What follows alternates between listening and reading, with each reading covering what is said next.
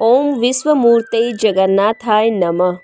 नमस्कार दर्शकों, राधे राधे। भगवान जगन्नाथ जो कि साक्षात भगवान विष्णु के अवतार हैं, उनके दर्शन और कथा सुनने से सारी मनोकामनाएं पूर्ण होती है और पाप धुल जाते हैं। भगवान जगन्नाथ की रथ यात्रा में शामिल होने का पुण्य 100 यज्ञों के बराबर पुण्य फल देता है। रथ यात्रा में शामिल होना मोक्ष की प्राप्ति का मार्ग है। भगवान अपने भक्तों के साथ दुख और सुख दोनों में शामिल होते हैं।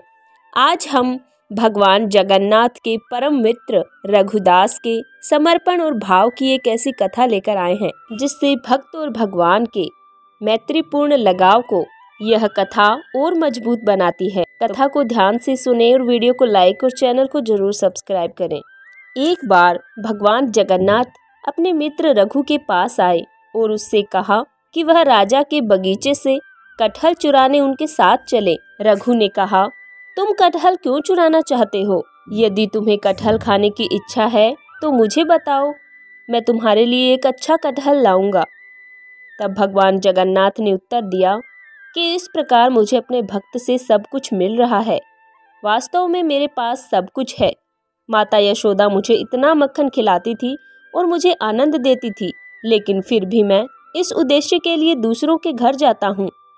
चुराई हुई चीजें खाने का एक विशेष आनंद होता है। आज मैं चाहता हूँ कि आप वह चोरी का आनंद महसूस करें।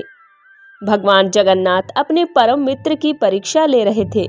वहीं रघु को चोरी करना उचित नहीं लगा, लेकिन जगन्नाथ भगवान के प्रस्ताव के आगे असहाय होकर रघुदास सहमत हो गए और उनके साथ चले गए।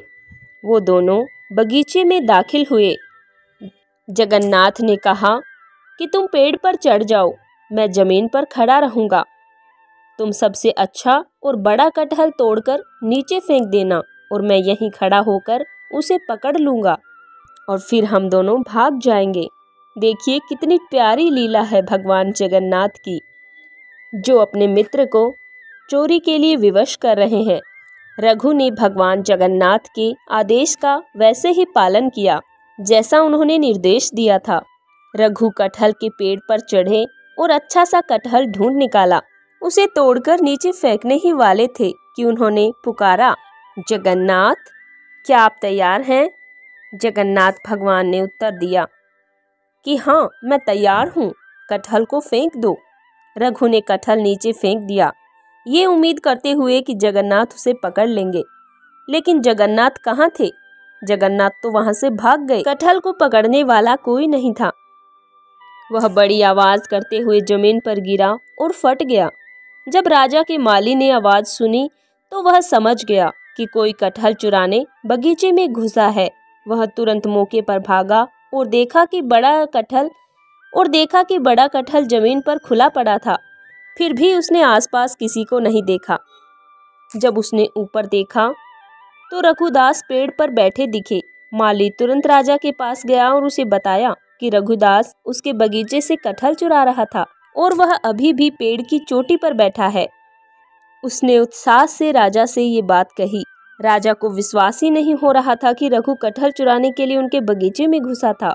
इसलिए राजा ने अपने मंत्रियों को इकट्ठा किया और उस स्थान पर गए जहां माली ने संकेत दिया था। वह रघुदास को पेड़ पर बैठे देख और कटहल को जमीन पर पड़ा देखकर आश्चर्यचकित रह गए। राजा के अनुरोध पर रघु पेड़ से नीचे उतर आया। राजा ने रघु से पूछा, मेरे प्रिय प्रभु, यदि तुम कटहल खाना चाहते थे तो आधी रात को मेरे बगीचे में आकर पेड़ पर चढ़ने की परेशानी क्यों उठा रहे हो? तुम मुझे बता सकते थे, मैं कर सकता था। कटहल उठाया और तुम्हारे घर भेज दिया। रघु ने राजा को पूरी कहानी बताई कि कैसे भगवान जगन्नाथ ने उसे धोखा दिया था। भगवान की लीला सुनकर सभी को बहुत आनंद आया और सभी बहुत जोर से हंस पड़े। उन्होंने रघु की महानता की प्रशंसा की। इस प्रकार की मित्रता की मुद्रा में रघु भगवान जगन्नाथ के साथ लीलाएं करते थे, और एक ही नहीं, रघुदास के साथ भगवान जगन्नाथ ने अनेकों लीलाएं की हैं, जो भक्तों का मन मोह लेती हैं और भक्त और भगवान के बीच के गहरे विश्वास को जीवित रखती हैं। भगवान जगन्नाथ के प्रेम को हमने इस कथा में दर्शाया है अगर आप सभी को हमारी ये कथा पसंद आए तो वीडियो को लाइक और चैनल को जरूर सब्सक्राइब करें। धन्यवाद।